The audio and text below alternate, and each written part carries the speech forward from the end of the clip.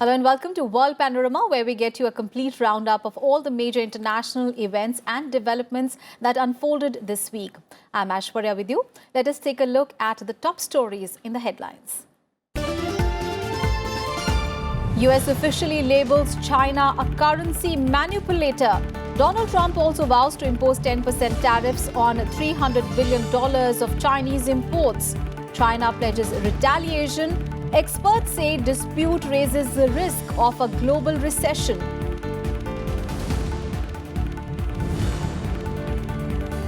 Two mass shootings in America, 31 people dead and dozens injured. Donald Trump at the center of a storm of outrage over racism and failure on gun control.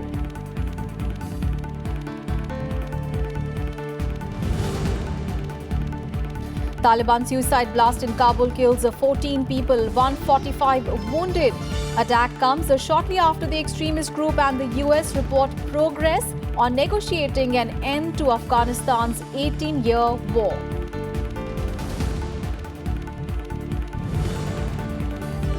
Hong Kong airport occupied by protesters as demonstrations enter 10th weekend. Airport operations not disrupted, but several countries have issued warnings about traveling to Hong Kong. And US and Turkey avoid conflict by agreeing on a buffer zone in Syria. Move staves off an attack by Ankara's forces east of the Euphrates in Syria. The top story this week, at a time when the growth in the world is already weakening, US President Donald Trump has said that he will impose new taxes on hundreds of billions of dollars of Chinese imports.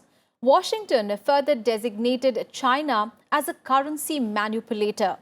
Beijing has hit back, saying that the US's tactics were nothing but trade bullying, and added that it is halting the purchases of US farm goods. Now, as the US-China trade war rapidly turns into a full-fledged economic war, analysts warn that the Sino-American conflict is not playing out in the vacuum and that economies around the world are suffering from investment volatility, supply chain uncertainty and currency fluctuations, and that global recession may be on the cards.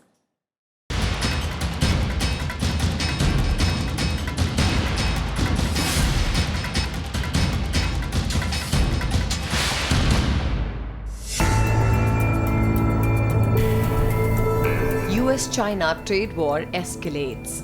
Washington on Monday branded Beijing a currency manipulator for the first time since 1994 and said it was imposed 10% tariffs on the remaining $300 billion in Chinese imports starting on 1st September. This comes on top of the $250 billion that US President Trump has already hit with 25% import taxes. Global markets Monday reacted negatively to Trump's threat. US stocks plunged. European stocks also responded negatively. However, Trump says his tough stance on China's economic and trade policies would ultimately benefit the American economy. Our country is doing incredibly well. China is not doing well. If you look at the trade situation, China just admitted yesterday that they've been a currency manipulator. First time they've ever been called out. Companies are moving out of China by the thousands, and our country is doing very well. We're going to see how it all works out. Chinese yuan currency also on Monday fell to its lowest level against the US dollar in more than a decade. Beijing signaled it would strike back by curbing sales of chemicals known as rare earths that are used in everything from iPhones to military equipment. Beijing added it is also halting purchases of US farm goods. China says US Treasury Department labeling China a currency manipulator was trade bullying. 体现了美国的善变、任性和蛮不讲理。 The US's accusation further reflects their fickleness, willfulness and irrationality. They are trying to put more pressure on China in the name of currency manipulator. 事实上，思想以汇率操纵国之名。 Despite the punches from both sides, White House officials say they still expect Chinese negotiators to come to Washington in September for talks, and that the latest tariffs could still be averted if the world's two largest economies make progress on a trade agreement. But hopes for a deal are dimming. Goldman Sachs on Tuesday said it no longer expects the US and China to reach agreement before the November 2020 presidential election, given the harder line being pursued by both sides. I think certainly these actions have made it increasingly unlikely that we're going to see any type of meaningful trade deal over summer. I was certainly hoping that we were going to see progress there, and there's a significant risk now for escalation of trade tensions. Experts warn the heightened hostilities could hobble world economic growth by depressing financial markets, discouraging trade, and elevating uncertainty for businesses trying to decide whether and where to situate factories, buy supplies, and sell products. The International Monetary Fund in July predicted global growth would slow to just 3.2% this year, the world's softest showing since 2009. Experts warn that a full-blown global recession is in the cards if the US-China trade war continues to escalate. Bureau Report, RSTV. It was a shattering weekend for America. 2 mass shootings left 31 people dead and injured dozens. Even as the president said that hate has no place in our country and blamed the shootings on mental illness, the Democrats condemned the president as a white nationalist and racist leader. They pointed at Donald Trump's escalating attacks on migrants at the border and on the members of Congress of color. The back-to-back massacres have also reopened the US's national debate over gun safety.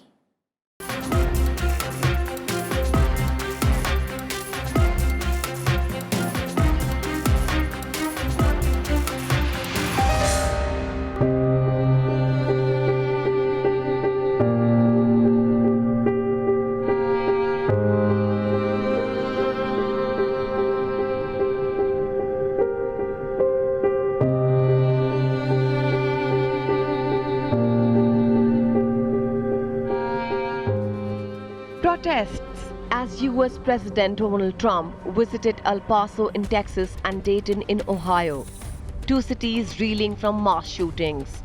Trump called for unity in the wake of the attacks on Wednesday, visited emergency responders and survivors. However, the trip saw protests and feuds with local politicians. In both cities, crowds of protesters gathered to confront Trump, accusing him of inflaming tensions with anti-immigrant and racially charged rhetoric. At a time that we are under attack, we are told to remain silent. We are standing up, loud and proud to be counted with our fellow Americans as the best example of this country after one of the worst disasters she has ever seen. However, supporters of President Trump also took to the streets.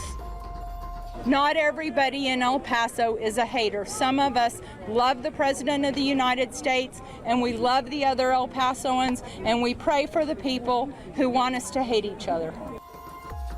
In total, 31 people died in the attacks in El Paso and Dayton, which took place within hours of each other. In the city of El Paso, on the border with Mexico, 22 people were killed at a Walmart store on Saturday by a 21-year-old man who had posted an anti-immigrant manifesto online. 9 people died in the Dayton shooting. The gunman, 24-year-old Connor Betts, was shot dead by police within 30 seconds of him opening fire. His sister was among the victims. Police have still to establish a conclusive motive for the Dayton attack. After the shootings, Trump said he wanted to strengthen background checks for gun purchases and make sure mentally ill people did not carry guns. He predicted congressional support for those 2 measures. He also spoke of mental health, video game violence, social media monitoring, and executions for mass murders. Well, I'm looking to do background checks. I think background checks are important. I don't want to put guns into the hands of mentally unstable people or people with rage or hate, sick people. I don't want to, I'm all in favor of it.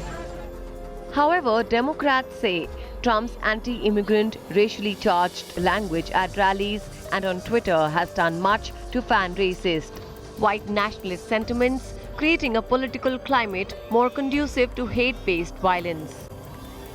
Indeed, we have a president with a toxic tongue who has publicly and unapologetically embraced the political strategy of hate, racism, and division.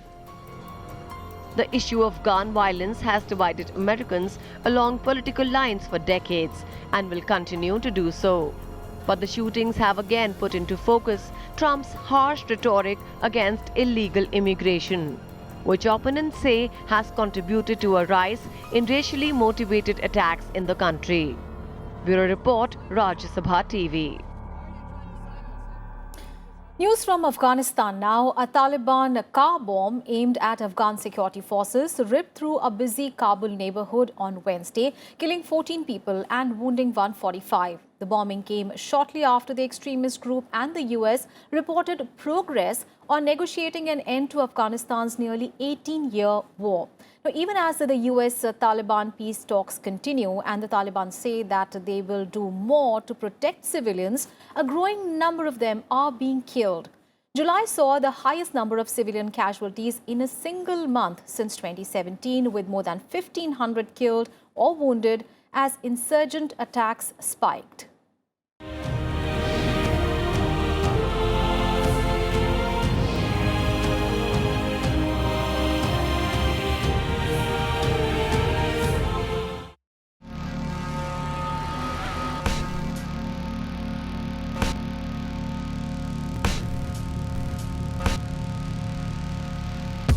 Shattered window glass all over as a huge bomb blasted outside a police station in the Afghan capital Kabul on Wednesday. The explosion sent a large plume of black smoke into the sky and left nearby buildings in ruins. Most of those wounded were civilians. I was in my house when I heard the blasts. Then all the glass shattered and smoke and dust started rising outside. The vehicle carrying the explosives had been stopped at a checkpoint outside the police station. It was during these security checks that the bomb was detonated. The Taliban say they carried out the blast, claiming they had targeted a recruitment center and had killed a large number of police and soldiers. It was a terrible sound that we heard, and then I was wounded by flying glasses that hit my leg and hand. The attack comes a day after the Taliban called for the boycott of a presidential election scheduled to take place on 28 September and threatened to attack election rallies. The Taliban, who have been staging near-daily attacks across the country. This despite their peace talks with the US, which aim to bring a nearly 18-year conflict to an end. President Ashraf Ghani's government said such attacks apparently are meant to strengthen the Taliban position at the negotiating table, but would not succeed.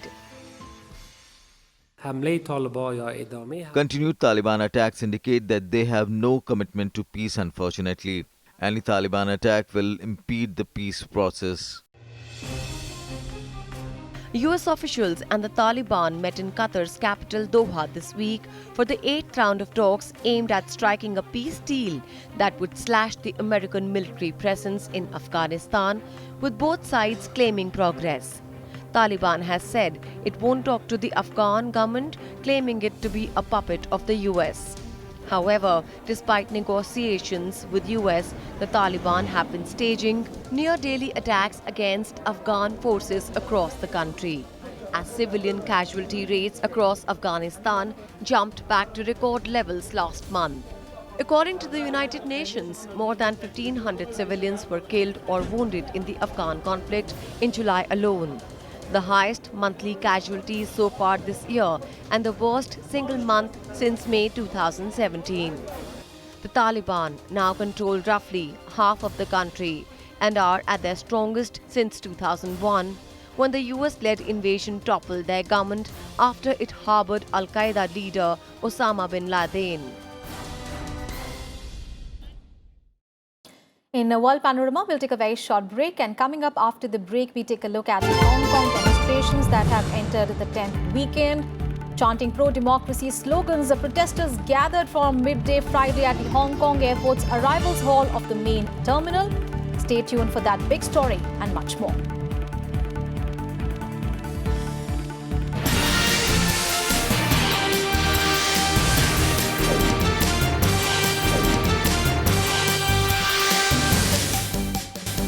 Welcome back after the break, and now news on Hong Kong protests. Well, hundreds of pro-democracy activists began on Friday what it is intended to be a 3-day occupation of Hong Kong's international airport. Now, this is part of a series of demonstrations marking the 10th straight weekend of protests across the Asian financial hub. The move comes just days after citywide strike shut down flights and trains, causing travel chaos, and after a laser protest show outside Hong Kong Museum. The rallies began with fears over a proposed bill that would allow suspected criminals to be sent to mainland China to face a trial. Though this bill has now been suspended, demonstrators want it fully withdrawn and have also been expressing anger at the police and demanding an amnesty for the protesters who've been accused of rioting.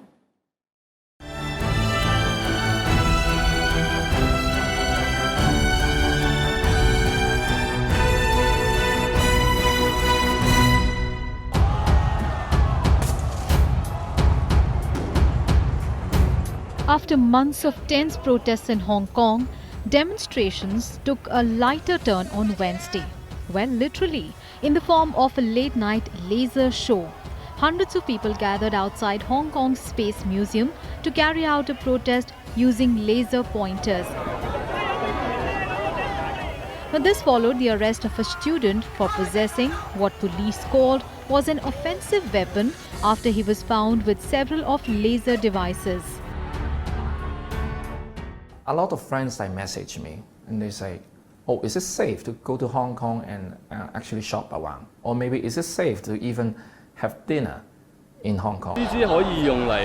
During the demonstrations, our colleagues were injured by these items and our video cameras were damaged by the strong light. So these stuff which are able to hurt people and destroy things are indeed assault weapons. The laser pen can be used to mark the position, but it is not a weapon. Now there are so many Hong Kong people here with laser beams.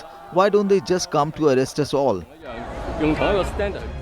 The student was later released, but the peaceful laser show is probably a temporary reprieve from the simmering unrest. The unrest in Hong Kong is now in its 9th week and it is growing and the violence is intensifying. On Monday, a strike brought public transit, including airline flights, to a standstill. The region is facing its most serious crisis for decades. In the first 8 weeks, police fired 160 rubber bullets and 1,000 rounds of tear gas. On Monday, they came close to matching those figures in a single day. Meanwhile, Beijing issues barely veiled threats, such as a mass drill of 12,000 riot police in Shenzhen, just across the border, or explicit ones. The situation in Hong Kong has deteriorated to the point where some violent and radical protesters dare to unscrupulously conduct illegal activities and dare to openly challenge the bottom line of the principle of one country, two systems. Meanwhile, after many countries such as the UK, Australia, Ireland, Japan, Singapore and the UAE, the US became the latest country to issue a travel alert to Hong Kong. The tensions rose further after reports in media showed an American diplomat in contact with the leaders of Hong Kong protests. China promptly asked the US to explain. Washington hit back at China for disclosing personal details about its diplomat. I don't think that leaking an American diplomat's private information, pictures, names of their children, I don't think that that's a formal protest. That is what a thuggish regime would do. That's not how a responsible nation would behave. Major protests began in June over a controversial extradition bill that would have allowed Hong Kong to extradite those accused of crimes to mainland China. Due to protests, the bill was put on hold, but the protesters want it to be completely withdrawn. The scope of their protests have also increased, demanding an independent inquiry into alleged police brutality. allaying fears about Beijing bringing Hong Kong closer to its orbit and the resignation of Hong Kong's leader Carrie Lam. To appease the public, Lam visited local officials in market traders in the Tin Shui Wai district, which has recently seen clashes. However, peace seems to be an unlikely outcome, at least for now. Bureau Report, Rajya Sabha TV. And here is a look at some more international news stories in Global Buzz.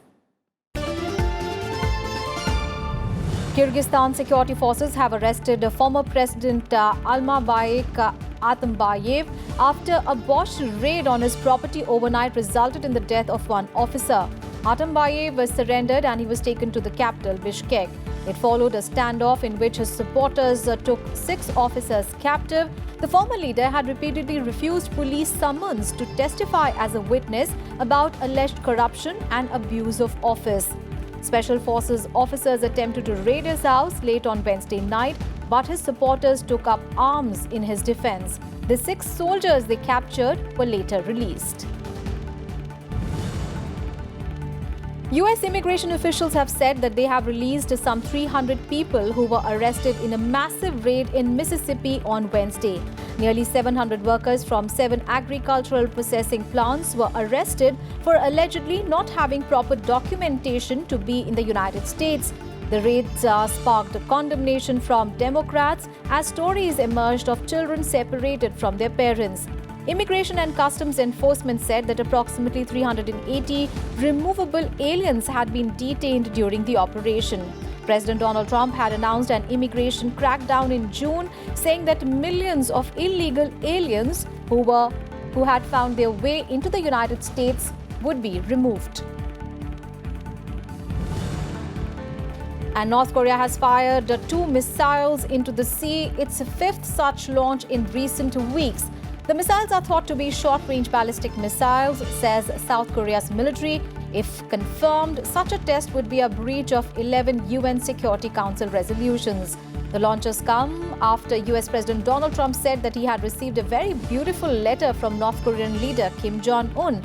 Trump said that Kim was unhappy with the current US-South Korea joint military exercises. North Korea has fired a series of missiles and rockets since Donald Trump and Kim Jong-un agreed during a meeting in June to restart denuclearization negotiations. Turkey and the United States have resolved to establish a safe zone in northern Syria.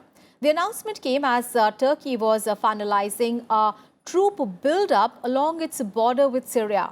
Now, this safe zone is said to be cleared off with the Kurdish YPG militia, a group that Turkey designates as a terrorist organization, but which is Washington's main ally on the ground in Syria in its battle against the Islamic State. While the announcement allays the fears of an imminent Turkish incursion into Syria, it will strain US's ties with a force that has helped defeat Islamic State.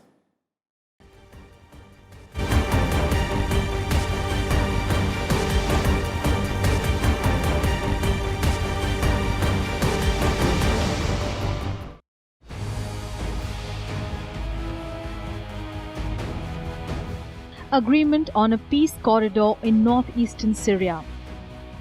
The United States and Turkey agreed on Wednesday to create a safe zone, an area that would allow Turkey to protect its border from Syrian Kurdish forces that it regards as a terrorist threat. The agreement came after 3 days of intense negotiations between officials from the 2 NATO allies in Turkey's capital, Ankara.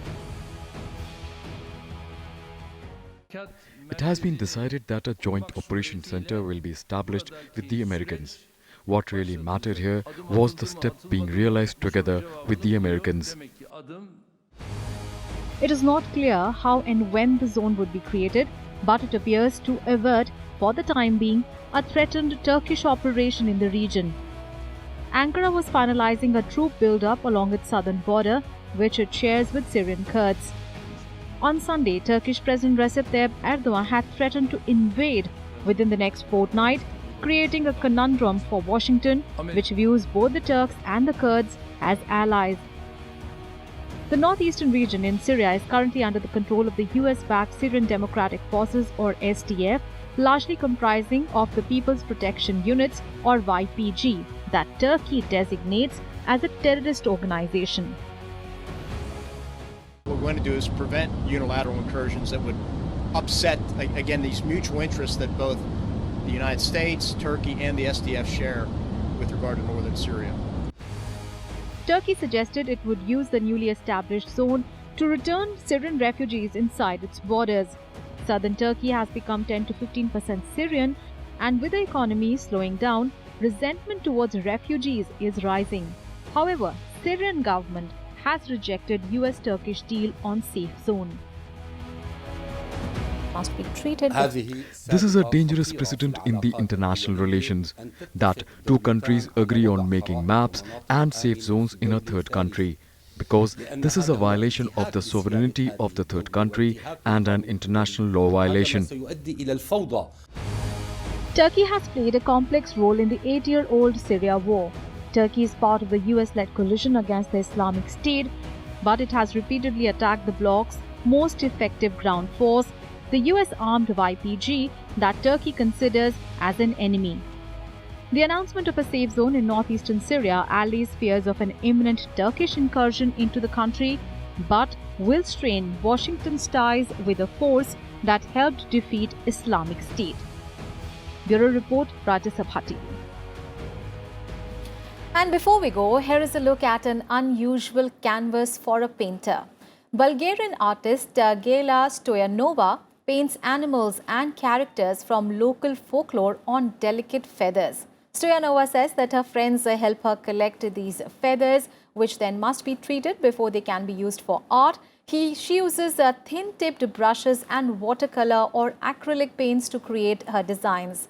Initially, she gave the painted feathers away as gifts to her friends, but in time, her creations attracted wider attention, and some are now owned by people in their other countries. So take a look at her intricate paintings. As I take your leave, I'll see you next week in another edition of World Panorama. Bye-bye.